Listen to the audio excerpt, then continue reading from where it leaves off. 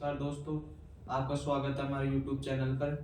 तो हमारा जो अब 5 नंबर का चैप्टर रहेगा वो रहेगा यूरिनरी सिस्टम।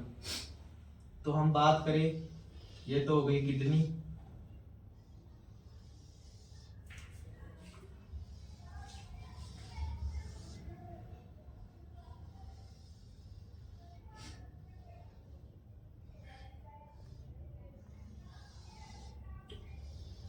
ये यूरिनरी ब्लैडर हो गया, ये हो गया मूत्र मार्ग। ये तो हो गई किडनी। ये बात करें यूरेट्रा, ये मूत्र वाहिनी।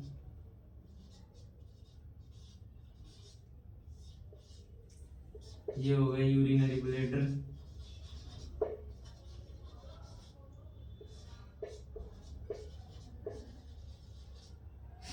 और ये हो गया यूरेथ्रा। बात करें किडनी, तो किडनी क्या कार्य करती है? तो यह यूरिन को फिल्ट्रेशन यानी कि फिल्टर करने का कार्य करती है। यूरिन को फिल्टर करने का कार्य करती है। और बात करें यूरिनरी ब्लैडर, तो यह यूरिन का स्टोरेज करता है।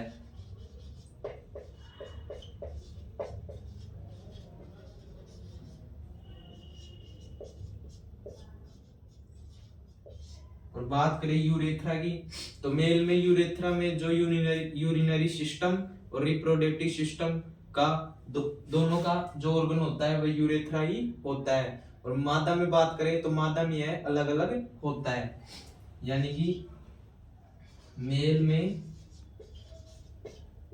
यूरिनरी सिस्टम व रिप्रोडक्टिव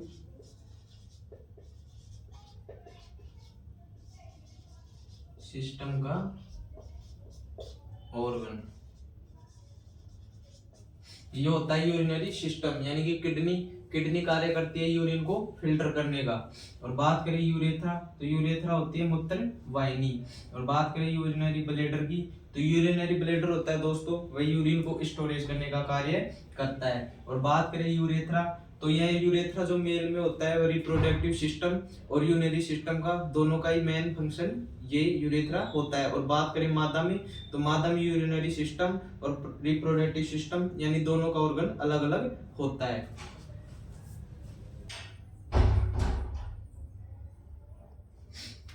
अब बात करें कुछ महत्वपूर्ण तथ्य की, तो ब्लड से अपशिष्ट पदार्थ मिलकर किडनी में यूरिन का निर्माण करते हैं।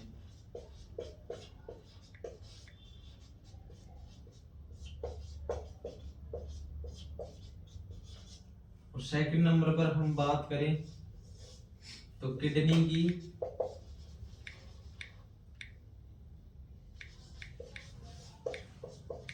संरचनात्मक व क्रियात्मक इकाई नेफ्रॉन होती है।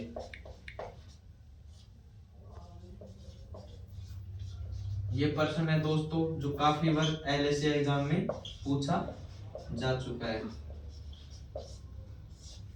यानी कि यूरिन का निर्माण कैसे होता है? तो ब्लड से अपशिष्ट पदार्थों को किडनी से ब्लड से अपशिष्ट पदार्थ मिलकर ब्लड में जो अपशिष्ट पदार्थ मिलकर वो किडनी में यूरिन का निर्माण करते हैं। और बात करें किडनी की यानी कि स्ट्रक्चर और फंक्शनल यूनिट की, तो वो होती है यानी कि नेफ्रॉन। संरचनात्मक और क्रियात्मक इकाई नेफ्रॉन होती है, जो काफी बार एलएसए एग्जाम में भी पूछी जा चुकी है। अब हम बात करें नेफ्रॉन की स्ट्रक्चर की। बात करें दोस्तों नेफ्रॉन की स्ट्रक्चर, जो नेफ्रॉन की स्ट्रक्चर होती है दोस्तों, एक तो ये होता है बोमेन कैप्सूल।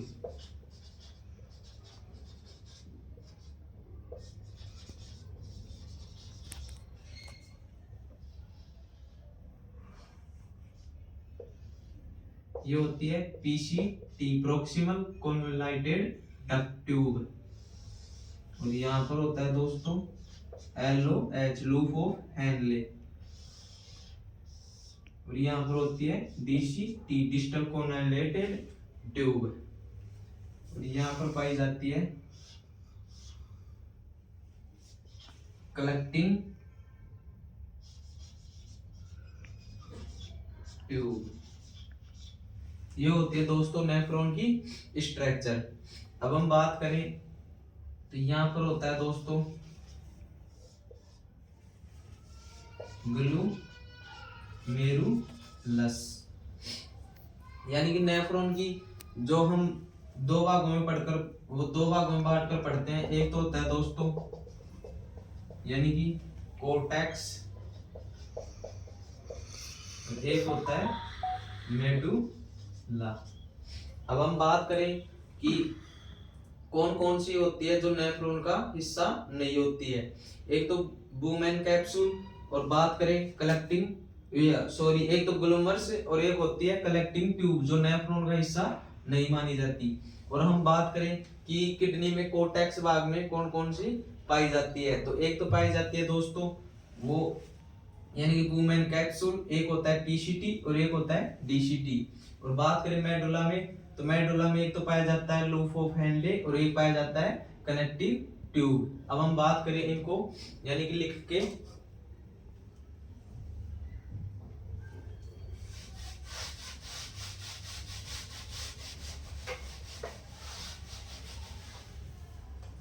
अब हम बात करें दोस्तों फर्स्ट नंबर की यानी कि नेफ्रॉन के भाग।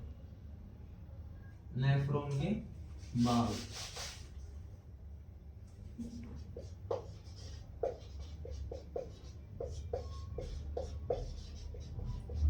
नेफ्रॉन के अभी मैंने भाग बताए दोस्तों। एक तो होता है यानी कि बुमेन्स कैप्सूल,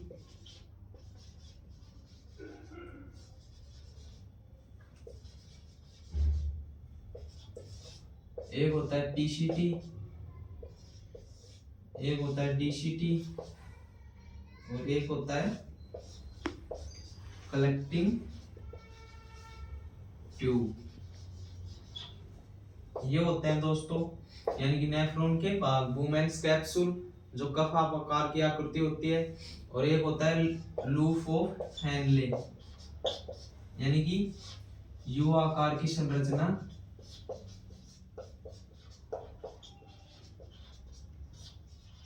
जो पीसीटी व डीसीटी को जोड़ने का कार्य करती है।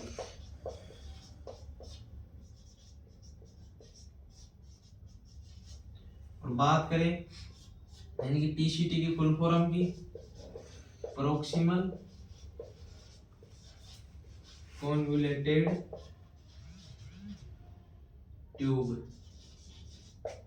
और बात करें डीसीटी की तो डिस्टल कॉन्वोल्यूटेड ट्यूब। ये तो हो गई दोस्तों यानी कि नेफ्रॉन के भाग। अब हम बात करें बुमेन कैप्सूल, तो एक कफ लाइक स्ट्रक्चर यानी कि जो कफ के आकार की ऐसी जो आकृति होती है उसे हम बुमेन कैप्सूल कहते हैं। यानी कि नेफ्रॉन के भाग की बात करें, एक तो होता है बुमेन कैप्सूल जो कफ लाइक स्ट्रक्चर होता है यानी कि कफ के आकार का जैसा होता है। पीसीटी की बात करें तो प्रोक्सिमल कॉन्वोल्यूटेड ट्यूब। और बात करें डीसीटी की तो डिस्टल कॉन्वोल्यूटेड ट्यूब। और बात करें कलेक्टिंग टिश्यू नेफ्रॉन के भाग की, एक होता है LOH यानी कि लूप ऑफ हेनले। और ये क्या होता है दोस्तों, ये यूं आकार की संरचना जो पीसीटी और डीसीटी को जोड़ने का जो कार्य करती है वह loop of Henle, loop of Henle. ये होते हैं दोस्तों नेफ्रॉन के भाग। अब हम बात करें वे संरचनाएं जो नेफ्रॉन का भाग होती है। बात करें दोस्तों फर्स्ट पॉइंट की, तो वे संरचनाएं जो नेफ्रॉन का हिस्सा नहीं माना जाता है। एक तो हो गया दोस्तों कलेक्टिंग टिश्यू, वो कलेक्टिंग ट्यूब, कलेक्टिंग ट्यूब।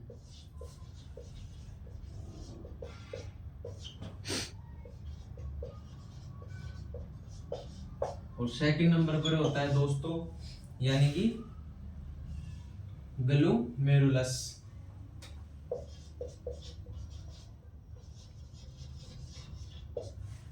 अब हम बात करें सेकंड पॉइंट की, तो किडनी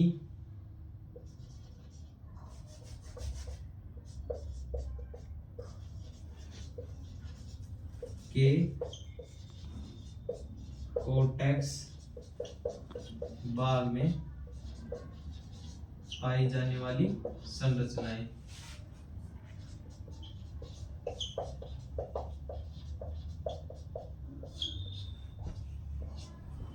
एक तो होती है दोस्तों यानी कि पीसीटी, और एक होती है डीसीटी यानी कि प्रोक्सिमल कॉन्वोल्यूटेड ट्यूब, और एक होती है डीसीटी यानी कि डिस्टल कॉन्वोल्यूटेड ट्यूब, और एक होता है दोस्तों वुमेन्स कैप्सूल,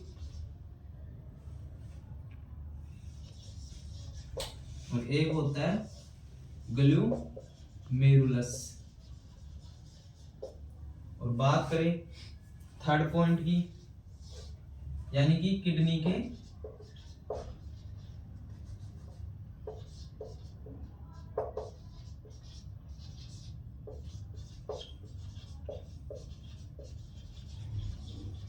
मेडुला भाग की संरचनाएं।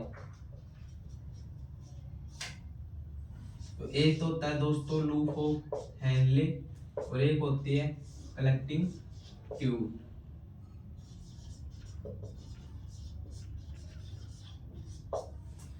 बात करें दोस्तों जो नेफ्रॉन का हिस्सा नहीं माना जाता है, एक तो होती है कलेक्टिंग ट्यूब और एक होती है ग्लोमेरुलस। अब हम बात करें किडनी के कोर्टेक्स भाग में पाई जाने वाली संरचना। जैसा कि मैंने पिछले अभी स्ट्रक्चर बनाई थी नेफ्रॉन की, उसमें बताया था दो भाग में बांट कर पढ़ रहे थे, तो कोर्टेक्स ऊपर वाले भाग को और नीचे वाले को मेडुला। तो कोर्टेक्स भाग में एक तो पीसीटी थी, एक होती थी दोस्तों यानी कि डीसीटी, और एक थी वुमेन्स कैप्सूल या ग्लोमेरुलस।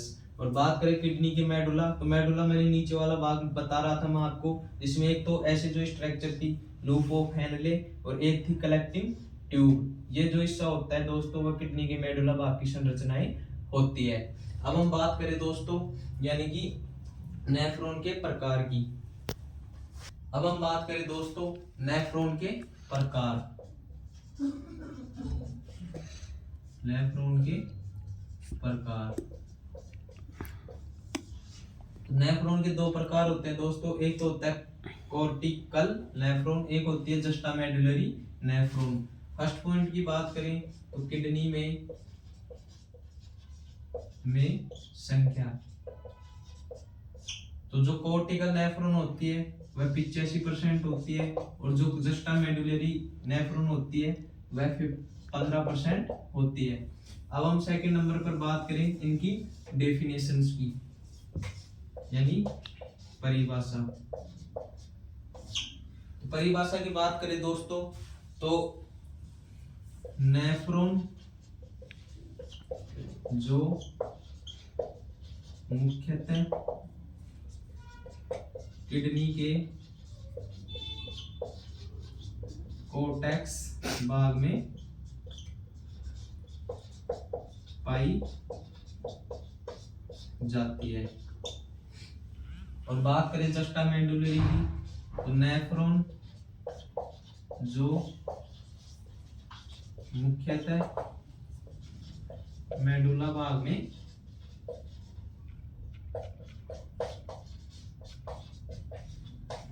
पाई जाती है।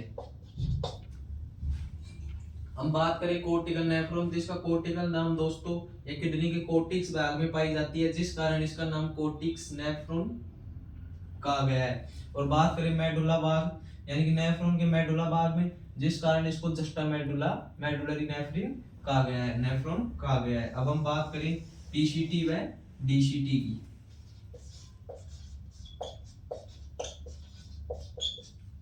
जो पीसीटी और डीसीटी होती है दोस्तों, वह कोर्टेक्स भाग में ज्यादा देखने को मिलती है, यानी कि ज्यादा विकसित, और मेडुला भाग में होती है वह कम विकसित। और हम बात करें फोर्थ पॉइंट की, तो लूप ऑफ हेनले की लंबाई। जो लूप ऑफ हेनले की लंबाई की बात करें दोस्तों, तो लूप ऑफ हेनले मैंने बताया था दोस्तों, जो मेडुला भाग होता है उसमें देखने को मिलता है, जो यू आकार का संरचना, और उसके ऊपर वाला भाग कोर्टेक्स। तो कोर्टेक्स में पीसीटी व डीसीटी। तो लूप ऑफ हेनले की लंबाई इसमें कम हो जाएगी और इसमें हो जाएगी ज्यादा। और बात करें इनके 5 नंबर पर कार्य की, इनका कार्य क्या क्या है।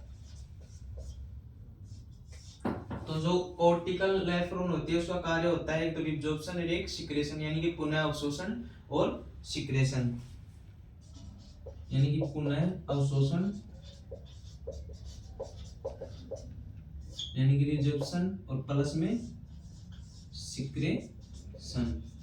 और बात करें जस्टामेडुलरी नेफ्रॉन की, तो इसका कार्य होता है दोस्तों वह यूरिन को गाढ़ा बनाने का होता है, यूरिन को गाढ़ा बनाना। ये हो गए दोस्तों नेफ्रॉन के प्रकार, यानी कि कोर्टिकल नेफ्रॉन और एक होती है जस्टामेडुलरी नेफ्रॉन। तो किडनी में इनकी संख्या होती है, जो कोर्टिकल नेफ्रॉन की वो होती है 85% और जस्टामेडुलरी नेफ्रॉन होती है वो 50 यानी कि 15%। और बात करें इनकी डेफिनेशंस की, तो वह नेफ्रॉन जो मुख्यतः किडनी के कोर्टेक्स भाग में पाई जाती है उसे हम कोर्टिकल नेफ्रॉन कहते हैं, और वे नेफ्रॉन जो मुख्यतः किडनी के मेडुला भाग में पाई जाती है उसे हम जस्टामेडुलरी नेफ्रॉन कहते हैं। अब हम बात करें पीसीटी व डीसीटी, तो पीसीटी व डीसीटी सबसे ज्यादा देखने को मिलती है वो कोर्टिकल्स नेफ्रॉन में देखने को मिलती है, और जो सबसे कम विकसित होती है वह जस्टामेडुलरी नेफ्रॉन में होती है। और बात करें लूप ऑफ हेनले की, तो लूप ऑफ हेनले होता है दोस्तों वह कोर्टिकल्स नेफ्रॉन में कम होता है, और जो जस्टामेडुलरी नेफ्रॉन होता है उसमें ज्यादा होता है। और बात करें इनके कार्य की, तो जो कोर्टिकल नेफ्रॉन होता है दोस्तों उसका कार्य होता है यानी कि रिजॉर्प्शन और सिक्रेशन, रिजॉर्प्शन यानी पुनर्अवशोषण और एक होता है सिक्रेशन यानी स्रावण। और बात करें जस्टामेडुलरी नेफ्रॉन की, तो इसका कार्य होता है दोस्तों यानी कि यूरिन को गाढ़ा बनाना। अब हम बात करें रिजॉर्प्शन और सिक्रेशन की, अब हम बात करें दोस्तों रीएब्जॉर्प्शन और सिक्रेशन की।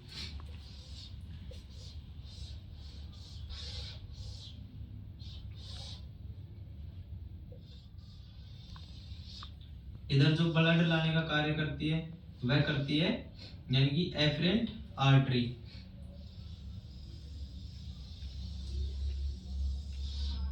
ये तो हो गई दोस्तों किडनी ट्यूबल्स, और ये हो गई ब्लड ट्यूबल्स। ये तो हो गया वुमेन कैप्सूल।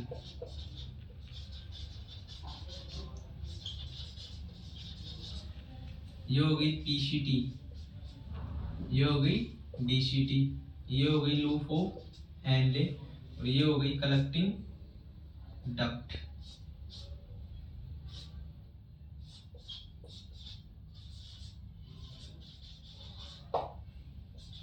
Collecting tube. अब हम बात करें दोस्तों, तो यहाँ पर एक संरचना पाई जाती है जिसे हम बोलते हैं पेरी ट्यूबुलरी, और इसको बोलते हैं यानी कि वासा और वासा रेस्टा।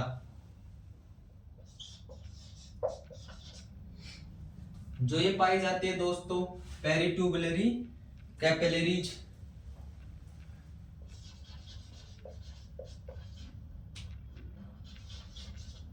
जो पेरिट्यूबुलरी कैपिलरीज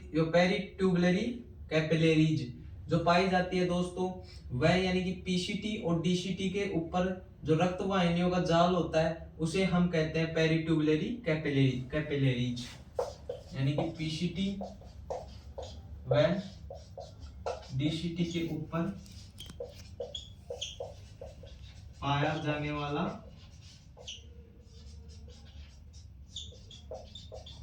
रक्त वाहिनियों का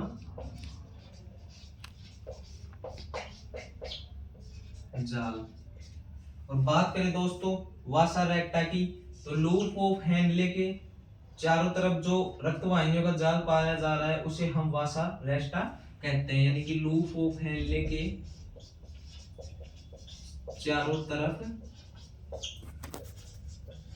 पाया जाने वाला रक्त वाहिनियों का जाल।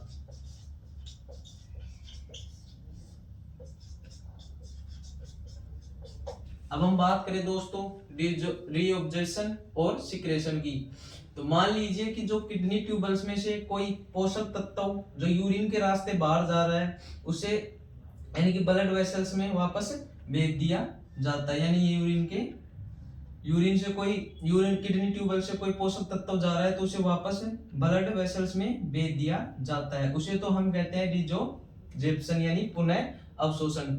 ये सेम वैसी बात हो गई दोस्तों, जब मान लीजिए यानी कि कोई कुआं है और उसमें हमारी जो कीमती चीज मान लीजिए कोई अंगूठी है, तो अंगूठी अगर कुएं में गिर जाती है दोस्तों तो वो हमारे लिए यानी कि उसका इंपॉर्टेंस ज्यादा है, तो यानी कि हम उसको कुएं से निकालने की कोशिश करते हैं। उसी प्रकार जो किडनी ट्यूबल्स में से अगर कोई पोषक तत्व बाहर जा रहा है दोस्तों तो उसे जो पोषक तत्व को वापस यानी कि किडनी ट्यूबल से वापस उसे ब्लड वेसल्स में भेज दिया जाता है, उसे तो हम कहते हैं रीजोर्प्शन यानी कि पुनः अवशोषण। अब बात करें सिक्रेशन, तो सिक्रेशन से वैसी बात हो गई दोस्तों, जब मान लीजिए हमारी कोई वस्तु है जिसका इंपोर्टेंस हमारे लिए कम है, और जैसे कि मान लीजिए कोई गंदा नाला बह रहा है और उसमें हमारा जैसे पेन गिर गया तो हम उसको बहने देते हैं। यानी कि जैसे बात करें जो अपशिष्ट पदार्थ होते हैं दोस्तों वो होते हैं यानी कि अपशिष्ट पदार्थों को ब्लड वेसल से निकालकर जो किडनी ट्यूबल्स होती है उसमें डाल दिया जाता है, जो यूरिन के रास्ते बाहर आ जाता है, उसे हम कहते हैं सिक्रेशन। यानी कि जो रीअब्जॉर्प्शन की बात करें यानी कि जो पोषक तत्व किडनी ट्यूबल से बाहर जा रहा है उसको वापस निकालकर ब्लड वेसल्स में डाल दिया जाता है। और बात करें सिक्रेशन की, तो मान लीजिए कोई शरीर में गंदा नाला बह रहा है और उसमें जो अपशिष्ट पदार्थ होते हैं उनको डाल दिया जाता है, उसे हम कहते हैं सिक्रेशन। यानी कि अब इनकी डेफिनेशंस की बात करें रिजेक्शन और सिक्रेशन की।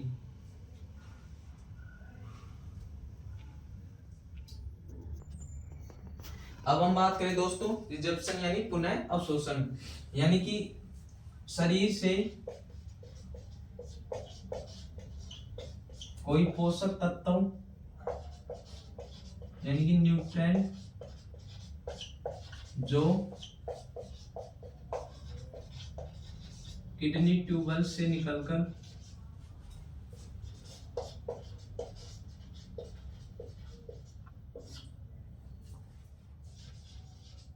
यूरिन के रास्ते बाहर जा रहा है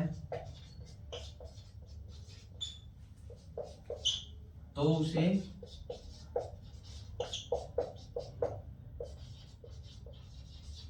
किडनी ट्यूबल से निकालकर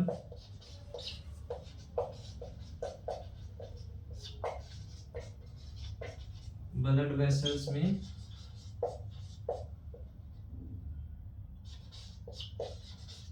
भेज दिया जाता है। पोषक तत्वों की बात करें दोस्तों, जैसे ग्लूकोज हो गया, विटामिन हो गया, फैटी एसिड हो गया, अमीनो एसिड हो गया, या कुछ मिनरल और आयन हो गए, वो होते हैं हमारे शरीर में कोई पोषक तत्व। यानी कि जो किडनी ट्यूबल से निकलकर यूरिन के रास्ते जा रहे हैं तो अब हम उसे यानी कि जो शरीर के लिए जिनका इंपॉर्टेंस ज्यादा है उन्हें वापस जो किडनी ट्यूबल से निकालकर ब्लड वेसल्स में भेज दिया जाता है, उसे हम कहते हैं रिजेक्शन यानी पुनः अवशोषण।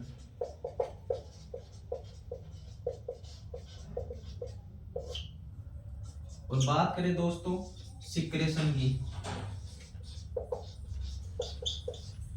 यानी कि शरीर से यानी कि ब्लड में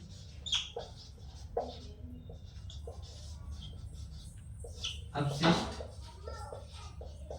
पदार्थों को यानी कि ब्लड में अपशिष्ट पदार्थों को शरीर की ब्लड वेसल्स में अपशिष्ट पदार्थों को किडनी की ट्यूबल्स में भेज दिया जाता है। ब्लड वेसल्स में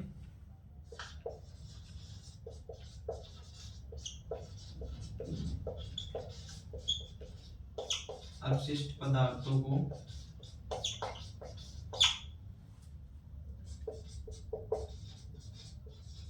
किडनी ट्यूबल्स में भेज दिया जाता है, जिससे वह यूरिन के द्वारा बाहर जा सके। ये हो गया दोस्तों रिजर्प्शन और सिक्रेशन। सिक्रेशन यानी कि ब्लड वेसल्स में अपशिष्ट पदार्थ होते हैं, उनको किडनी ट्यूबल्स में भेज दिया जाता है, जिससे कि वो यानी कि बाहर यूरिन के रास्ते बाहर आ जाए। जैसे मान लीजिए कोई गंदा नाला बह रहा है और उसी में जो अपशिष्ट पदार्थ होते हैं उनको डाल दिया जाता है, जो बाहर निकल जाता है। सेम वैसी बात तो होगी दोस्तों, यानी कि ब्लड वेसल्स में अपशिष्ट पदार्थों को निकालकर किडनी ट्यूबल्स में भेज दिया जाता है, जिससे कि वह यूरिन के रास्ते बाहर जा सके। ये तो हो गए दोस्तों रिजेप्शन और सिक्रेशन। और बात करें हम दोस्तों यानी कि अपशिष्ट पदार्थ कौन कौन से होता है, एक तो हाइड्रोजन हो गया, एक कैल्शियम हो गया, एक हो गया अमोनिया, एक होता है दोस्तों यानी कि ड्रग्स हो गई, आदि अपशिष्ट पदार्थ होते हैं जिन्हें यूरिन के रास्ते बाहर भेज दिया जाता है। ठीक है दोस्तों, मिलते हैं नेक्स्ट क्लास में। इसी के साथ बने रहिए हमारे यूट्यूब चैनल पर। धन्यवाद।